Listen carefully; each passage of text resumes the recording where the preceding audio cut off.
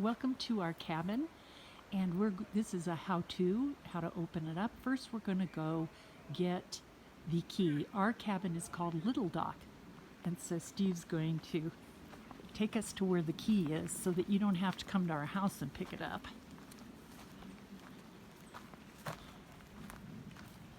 So you'll see the most important landmark as Steve goes around the corner, and that's the outhouse. That's where the key is hidden. Smart, huh? Who wants to come to the outhouse to find a key?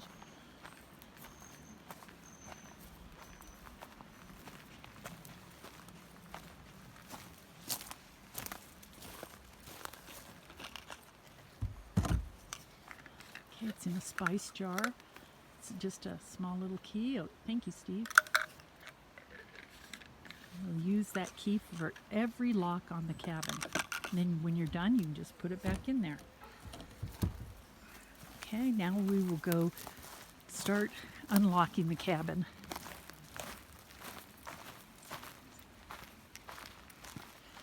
This cabin has propane gas, and it also has a fireplace. Okay, so here's the lock, and this one's a little hard to open just because of this metal piece right there. So careful not to smash your finger.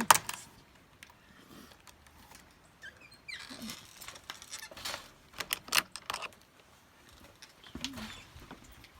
The next door you want to open is the one into the cabin itself. These two, this one and the one beneath it, are the hardest. And you kind of have to jiggle it. And when you go to close it, these will be the hardest ones. You kind of have to push in on the door. Here's the inside of the cabin. And today is August, what day is it, Steve? Is it the 27th? So it's about 75 degrees in Denver, and it's about 60 maybe here. Usually the cabin is much colder than even the outside. So usually we count on a 20-degree temperature. So this is the fireplace. We haven't used it yet, but what do you want to say about this, Steve? What did you learn about this fireplace? You don't want to have the fireplace and this wood stove going at the same time. Because it creates... Could bring carbon monoxide back into the cabin. So you either run one or the other. This is more for the winter, and this is just more for knocking the chill out of the air. So before we move on, tell us how you build a fire in this fireplace, what the previous owner told us. Well, there's paper in the corner here that you can crunch up and load on the bottom. And then there's kindling in this container that you can add on top. And then he had mentioned taking 7 or 8 of these pieces of wood and putting them on top of the kindling and lighting it. And before you go to bed, you probably need about 12 of those on the furnace, along with some coal that we have out back, where I'll show you in a minute. And that should keep the fire going all night long. And you said that it has to heat the stones before the rest of the cabin will get warm? Right. Mm-hmm. Okay. We also have a propane heater on the wall, and this is controlled by this thermostat here. So to fire it up, you just pull this bottom lever all the way forward. But before you do that, you need to turn on the main LP propane switch, which is located out here on the porch.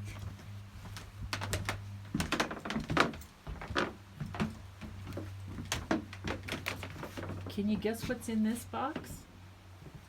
Is horseshoes in there, Steve? Oh, that's just a trick. That's actually what's in there is Tools. tools like axes and saws. So to turn on the propane, you just lift this and make it the same direction as the pipe, and that propane tank out back is now open into the house.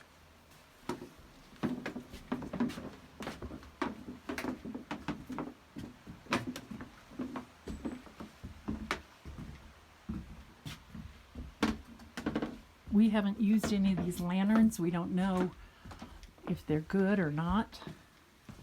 So you now pull this lever all the way forward. And if the pilot light is already lit, then it'll light up the whole furnace, and it'll start to heat. There it If is. the propane light isn't lit, then you just need to stick a match in there.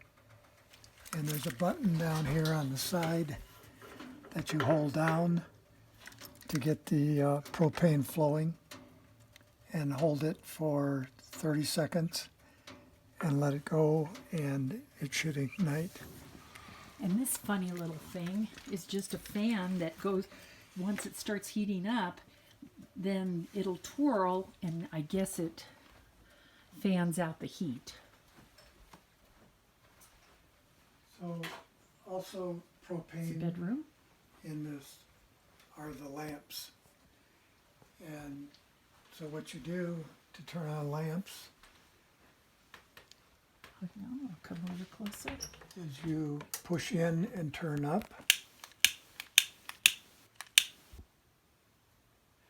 And notice I'm holding the light, the lighter at an angle. You don't want to be under it like this.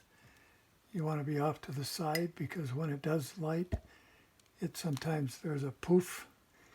You could burn your finger. So you have to push up and in on that little lever there. I've been able to read with it. It's not bad. It's not super bright.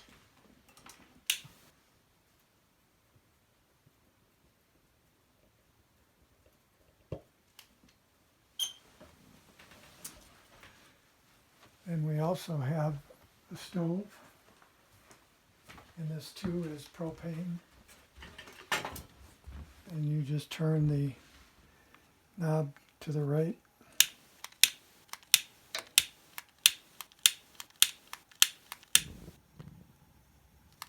And that lights. And you have 3 burners.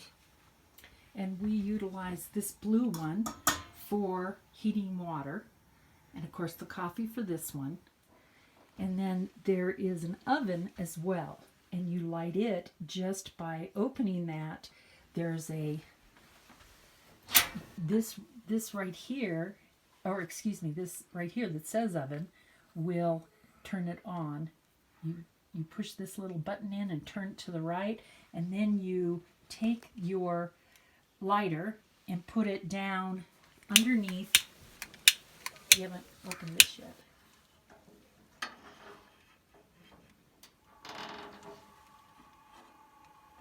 You can't really see.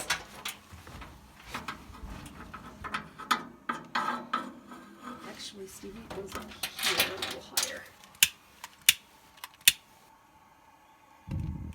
Yeah. Sorry about the darkness on that. Also, after you've heated water, there is a thermos that you can pour hot water in, and it will keep it for how many hours, Steve? 8? About 30. You'll have to bring it over here into the light. Thank you. It's so dark in there. Yep, there you go. The reason it's so dark is because we haven't opened the cabin windows, nor do we have on the propane lights. Okay. You'll find that there are all kinds of lighters around the house. Probably not as many as you need. If you're like us, we end up. Now, where was that? Where was that? So the first thing you really want to do when you come into the cabin is we have a lot of cobwebs. So the best thing to do is to kind of go around the outer part near the ceiling and try and knock down any webs that have been formed since the last time we were in. And I would do that all the way around the cabin to knock out the webs. That's another door over there that you can open.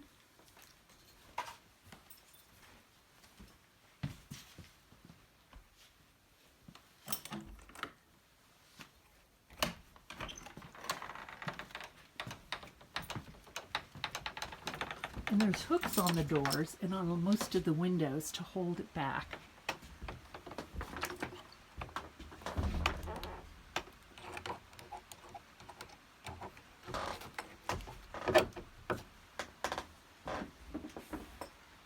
We also have additional firewood out here and additional kindling. And here is charcoal. What we normally do, I'm told, is to take the charcoal, put it into the fireplace, and the charcoal will burn longer and help heat it during the middle of the night, so you don't have to get up and add logs. We've also been told that somebody can put a mattress out here and sleep out on the porch. We haven't done that yet, if ever.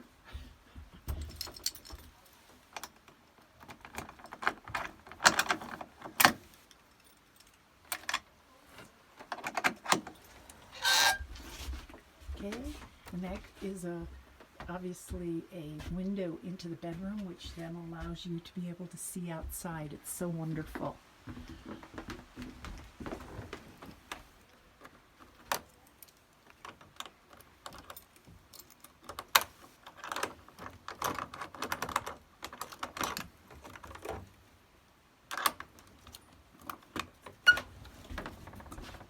Into the living room. So we probably won't go out and open the bedroom window, but this is the bedroom that also has a light in it if you want to turn the light on. Okay. I think the only thing we haven't talked about, this ladder goes up above for a loft. Now again, Steve and I haven't gone up there, but apparently it can house or sleep one person on this side, and then there's another one up there, and they both have mattresses. And if you did want to pull a mattress down and sleep out on the front porch, that would be fine. So I think the only other thing we haven't discussed is water and what you do with that. Oh, by the way, we have a whistle and some pepper spray in case you go for a walk and you might run into bears. But we haven't seen any, but we have heard there are bears. You're not supposed to run. You're just supposed to look at them, and then they'll go away. Oh yeah, let's tell them about the closet and with the sheets. Okay, as you can see, all of these are in plastic. They're all clean, and those are the blankets, and then these are the sheets, and then a quilt in here. And this is a nice throw in case you get cold, and they're all in plastic because in case the mice or chipmunks get in, or I'm afraid of spiders in case spiders, so we keep them all. Now this couch, it's like any hide a couch, you just pull those comforters off and pull it out. We actually bought a Sleep Number, or what is it called, Stevie? Foam, and we'll show you where that's going to be because we want to have a wonderful sleep. That bed is not that comfortable without some extra padding on it. So here it will be in this big black. You just unroll it and flatten it out, and you can put it on that bedside. You can also see all the other supplies in here. There's lawn chairs, shovels, etc. all on that wall. And so you're welcome to use anything that's here. There's the horseshoes hanging up. Let's discuss the water, Stevie. back into the kitchen. And let me open that window. Okay. This right here, you can see are our bird feeders, hummingbird feeders. You cannot leave those outside. You can put them up when you're here, but if you leave them out overnight or when you leave, it encourages bears, and they will break in to the porch just to get those. Also, they will be attracted to it outside, as well as bird seed. We had to move the bird seed container inside the cabin because the bears will eat those as well. So here's fresh water. It's clean, it's drinkable. Then we also have some over here that we brought from home. That's fresh water. Now this is not fresh water. This comes out of the stream, and what we'd use it for is cleaning, because we heat it up in the pot. We pour it and store some in here, and then we use these pans to wash the dishes. The dishes are all up in here, and then all kinds of pots and pans and pots down there as well. Silverware, pretty much anything and everything you want. All of this was here when we came. It's pretty wonderful. Anything else we need to show our guests, Steve? Then you just reverse the process and close up what you opened, and you're done. We're 45 minutes from our house in Denver and 8 miles from Idaho Springs. Oh, it's 222. That's the number that Steve's mom and dad, their house number in Rhinelander, Wisconsin. Funny, huh? Okay, thank you. Hope you have a great trip. Bye-bye.